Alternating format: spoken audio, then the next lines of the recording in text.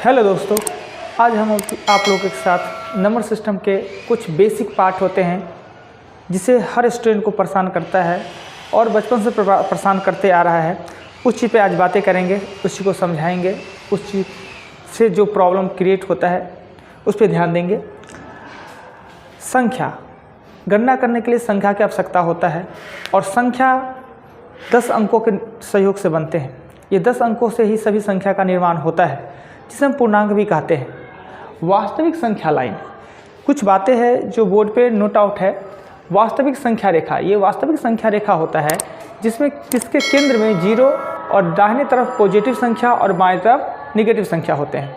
इसे मुख्य रूपेण 11 भागों में बांटा गया है। सबसे पहले बात आता है पूर्णांक। पूर्णांक किसे कहा जाता है? पूर्णांक नंबर लाइन पे अंकित जितने भी संख्या होते हैं उसे हम पूर्णांक कहते हैं। नंबर लाइन पे जितने भी संख्या होते हैं 0 सहित सभी धनात्मक तथा ऋणात्मक संख्या को हम पूर्णांक कहते हैं। पूर्णांक 2 प्रकार के होते हैं, एक ऋणात्मक और एक धनात्मक पूर्णांक। 0 सहित 0 से दाहिने तरफ 1 2 3 4 डॉट डॉट डॉट ये होता है धनात्मक पूर्णांक, और 0 से बाएं 0 से लेफ्ट में जितने भी संख्या होते हैं वो होते हैं ऋणात्मक पूर्णांक। ऋणात्मक पूर्णांक में सबसे बड़ा ऋणात्मक पूर्णांक होता है वो होता है -1, और सबसे छोटा ऋणात्मक पूर्णांक इन्फिनिट अनंत तक जाता है, वो संभव नहीं है। जैसे सबसे छोटा अगर धनात्मक पूर्णांक कहा जाए तो 0 और सबसे बड़ा इन्फिनिट तक जाता है। तो पूर्णांक के बारे में आपने क्या समझा? पूर्णांक यानी नंबर लाइन पे अंकित जितने भी संख्या होते हैं सभी को हम पूर्णांक कहते हैं। ओके, अब आता है पूर्णांक 2 प्रकार के, धनात्मक पूर्णांक और ऋणात्मक पूर्णांक। पूर्णांक के आगे जब हम बढ़ते हैं तो आता है प्राकृत संख्या। प्राकृत संख्या किसे कहते हैं? तो 1 से दाहिने तरफ जितना भी संख्या एक वे में आगे बढ़ता जाता है, अनंत तक जाता है, उसे हम प्राकृतिक संख्या कहते हैं। यानी जी गिनती की संख्या को हम प्राकृतिक संख्या कहते हैं। 1 से प्रारंभ हो और जिनके बीच में 1 का अंतर हो उसे हम प्राकृतिक संख्या कहते हैं।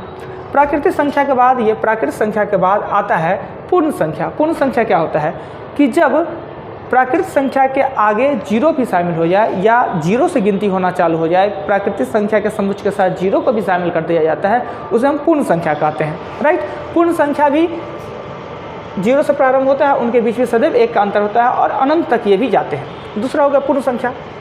तीसरा आता है सम संख्या। ये जितने भी प्राकृतिक संख्या है ये सम संख्या होंगे या तो विषम संख्या, पहला विषम दूसरा सम। अब आता है 0। 0 सम संख्या है कि विषम संख्या है? अगर संख्या के रूप में कहा जाए तो 0 न सम होता है न विषम होता है, क्योंकि स्वतंत्र रूप में 0 होता है वो महत्वहीन होता है। सम विषम का जितने भी काम है वो 1 के दाहिनी तरफ या 1 से आगे होता है। तो 0 हुआ क्या? 0 एक पूर्ण संख्या है, सम यूनिट है। पूर्ण संख्या है, सम यूनिट है, साथ ही यह हमेशा धनात्मक होता है। यानी सम विषम की बात आया, 10 अंक होते हैं, उसमें से 5 सम यूनिट 5 विषम यूनिट। सम यूनिट की चर्चा करें, सम यूनिट तो सम यूनिट में होता है 0 2 4 6 8, और विषम यूनिट की बात करें तो विषम यूनिट में होता है 1 3 5 7 9। यदि किसी भी संख्या के इकाई स्थान पे 0 2 4 6 8 आ जाए उसे हम सम यूनिट कहते हैं। 1 3 5 7 9 आ जाए उसे हम विषम यूनिट कहते हैं और विषम संख्या भी कहते हैं। तो आ गया सम संख्या। सम संख्या यानी कि 1 के बाद जितने भी संख्या होते हैं, एक सम एक विषम, एक सम एक विषम होते हैं।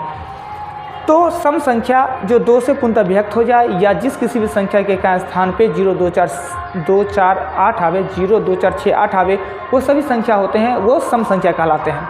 अब विषम संख्या क्या होता है? विषम संख्या ऐसी संख्या जो 2 से विभक्त ना हो, या वह संख्या जिसके इकाई स्थान पर 1 3 5 7 9 आता हो, उसे हम विषम संख्या कहते हैं। तो सम विषम भी आपने समझा। सम विषम। भाज्य और अभाज्य आता है। क्या होता है भाज्य? ऐसा संख्या जिसका 2 ही फैक्टर हो, ऐसा संख्या जिसका 2 ही फैक्टर हो, या वह संख्या जो एक और अपने आप के अलावा किसी अन्य संख्या से विभक्त नहीं होता हो, उसे हम अभाज्य संख्या पहले भाज्य संख्या। भाज्य संख्या ऐसी संख्या जिसका 2 से अधिक फैक्टर हो, वह संख्या जो एक और अपने आप के अलावा किसी अन्य संख्या से विभक्त होता है, उसे हम भाज्य संख्या कहते हैं। भाज्य जो प्रारंभ होता है वो होता है 4 से, जैसे 4 होता है, 6 होता है, 8 होता है, 9 होता है, 10 होता है, भाज्य संख्या कहलाते हैं। अब आता है अभाज्य।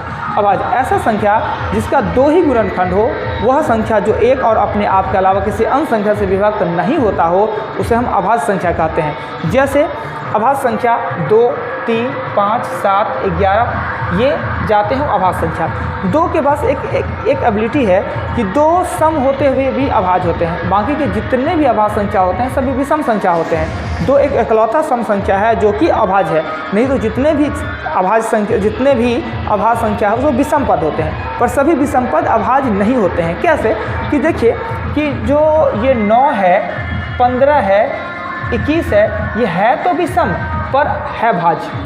यानी कि 9 है वो 1 अपने आप के अलावा 3 से व्यक्त हो रहा है, 15 1 अपने आप के अलावा 5 3 से व्यक्त हो रहा है, 21 1 अपने आप के अलावा 7 और 3 से व्यक्त हो रहा है। यानी अभाज्य आपने जाना ऐसी संख्या जिसका 2 ही फैक्टर हो, या ये वह संख्या जो 1 अपने आप के अलावा किसी अंश से विभक्त न होता हो। अब आता है नेक्स्ट में परमेय और अपरमेय। परमेय संख्या नंबर लाइन पे अंकित जितने भी संख्या होते हैं उसे पूर्णांक भी कहते हैं और उसे परमेय भी कहते हैं। यानी जिस किसी भी संख्या को p/q के रूप में व्यक्त किया जा सकता है उसे परमेय संख्या कहते हैं। 0 भी एक परमेय संख्या है क्योंकि 0/1 लिखा जा सकता है। यानी जिस किसी भी संख्या को p/q के रूप में व्यक्त कर सकते हैं जहां q नॉट इक्वल दैन 0, यानी कि किसी भी संख्या को 0 से भाग नहीं दे सकते हैं। 0 के अलावा कोई भी संख्या अगर हर में आता है, अंश में कुछ भी हो, हर में कोई संख्या आता है, उसे हम परमेय संख्या कहते हैं। वहीं उसके अपोजिट आता है अपरमेय संख्या। अपरमेय संख्या ऐसी संख्या जिसे p/q के रूप में व्यक्त नहीं किया जा सकता है, अपरमेय संख्या। अपरमेय संख्या 2 ही प्रकार का होता है, एक रूट में जो संख्या दिया गया है जो रूट से बाहर ना निकल पावे, और दूसरा होता है वो होता है पाई। पाई एक अपरमेय संख्या है, जबकि पाई का मान जो 22/7 होता है वो होता है परिमेय। ऐसा इसलिए कि ये जो पाई का जो ये मान है, ये पाई का ये शुद्ध मान होता नहीं है, पाई का ये अंशता मान होता है। यानी ये तो भिन्न के रूप में है तो ये परमेय, तो पाई अपरमेय क्यों? इसका ये फुल्ली मान होता नहीं है, 99.99 ही इसका शुद्ध मान होता है। ये मजबूरी में जब कोई रास्ता न निकला तो सर्किल से संबंधित जितने भी पिक्चर थे उसका एरिया वॉल्यूम निकालने हेतु हमने पाई का आविष्कार किया। पाई का मतलब ही होता है, पाई के बारे में पाई का मतलब होता है परिधि बट्टा व्यास। परिधि बट्टा व्यास के अनुपात को ही हम पाई कहते हैं। तो परमेय अपरमेय। वास्तविक संख्या क्या होता है? वास्तव में जितने संख्या का हम गणना करने में इस्तेमाल करते हैं सभी वास्तविक संख्या कहलाते हैं, या जिस संख्या के वर्ग करने पे हमें धनात्मक संख्या प्राप्त हो वो वास्तविक संख्या कहलाते हैं। जैसे कि √2 है वास्तविक संख्या, इसको वर्ग करने पे 2 आ जाएगा। यानी कि जितने भी संख्या हम गणना करने के लिए यूज करते हैं, गणना करने में प्रयोग करते हैं, सभी वास्तविक संख्या कहलाते हैं। वास्तविक संख्या ऐसा संख्या जिसके वर्ग करने पर धनात्मक संख्या प्राप्त हो वास्तविक संख्या कहलाते हैं। और यहीं पे आता है अवास्तविक संख्या, जो अवास्तविक या काल्पनिक एक ही बात है, अवास्तविक और काल्पनिक। यानी जो कल्पना में है जिसका प्रयोग हम गणना करने के लिए नहीं करते हैं उसे हम अवास्तविक संख्या कहते हैं, काल्पनिक संख्या कहते हैं। या जिस संख्या को वर्ग करने पर ऋणात्मक संख्या प्राप्त हो, ऐसा कौन सा संख्या होगा? ऐसा संख्या होगा -2, -3, -5। यानी रूट में दी गई संख्या अगर माइनस में हो उसे हम अवास्तविक संख्या कहते हैं।